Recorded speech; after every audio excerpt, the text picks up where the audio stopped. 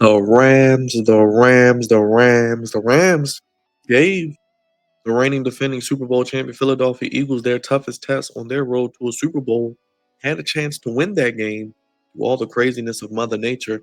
But today we're going to look at the 2025 schedule. You know I had to cover the Rams and win-loss prediction. Shout out to Brother Thoughts, part of the Flex Zone family. Hope you enjoyed this video. But back again on the Flex Zone podcast with more content and predictions. As the NFL season is less than 4 months away, we're breaking down each team's schedule, giving you the win-loss.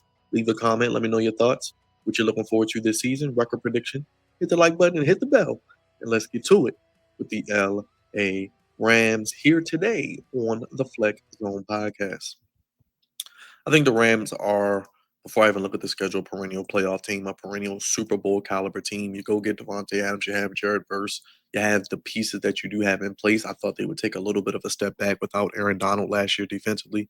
They get even better potentially. They add in, of course, Matthew Stafford, the Hall of Fame caliber quarterback, who still has a lot of life left in the tank, in my opinion. And I think when you look at it, week one, against Houston at home, that is a 425 CBS game. I like the Rams at home to win that one. I think that is going to be an interesting, fun game of week one, probably one of the better matchups of week one. But I like the Rams to start 1-0 this season. So I do think that that will be a good start for them at 1-0. Then next week they go to visit Cam Ward. It'll be his what? Their first road game. I do think that they will. I think they'll win that game too. West to East is a 1 p.m. start, but I think they should win that game. Braden Fisk is also a big piece of their defense. Can't forget him, along with trying to think about who else they had as well.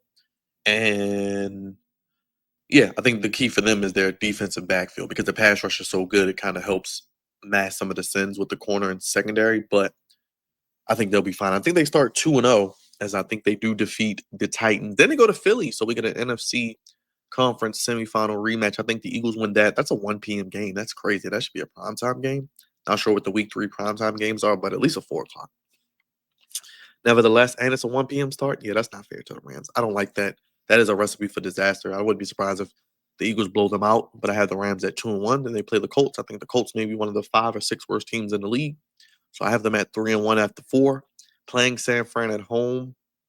I think you guys win that. You guys usually dominate. Does Sean McVay, who I think is one of the 5 best coaches in football. He dominates his good buddy Kyle Shanahan.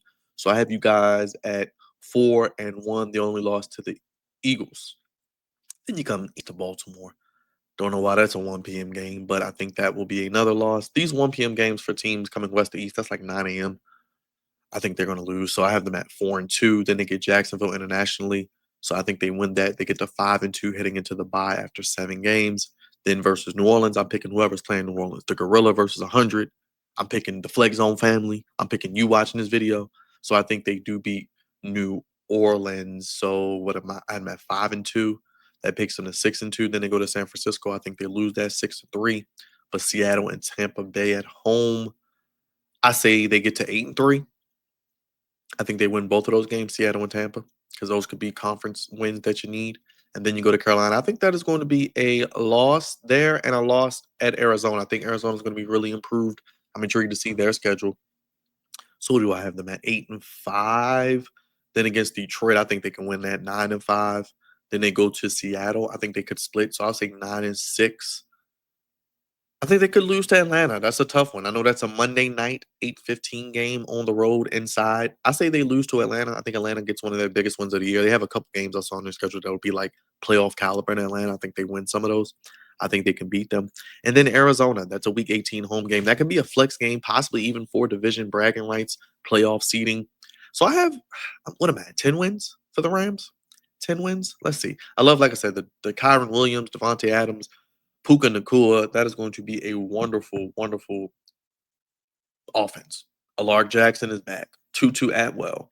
So Blake Corum, they got him there. He'll be used maybe even this year, could have more of an impact. So the Rams will have no issues offensively. I think, like I said, the problem is going to be the secondary. Can the secondary hold up if the pass rush is not working? But like I said, I think before the bye, 5-2, 6-2, 6-3, 7-3, 8-3.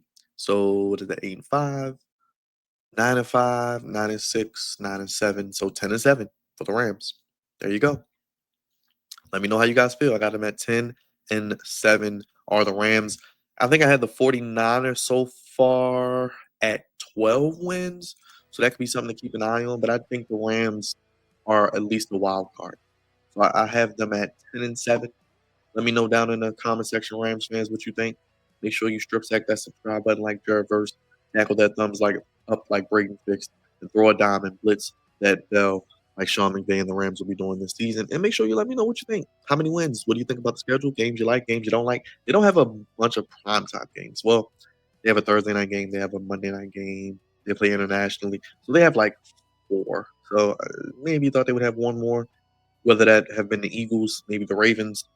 It is what it is. I get it. Everybody can't play in prime time now. They have to evenly distribute it.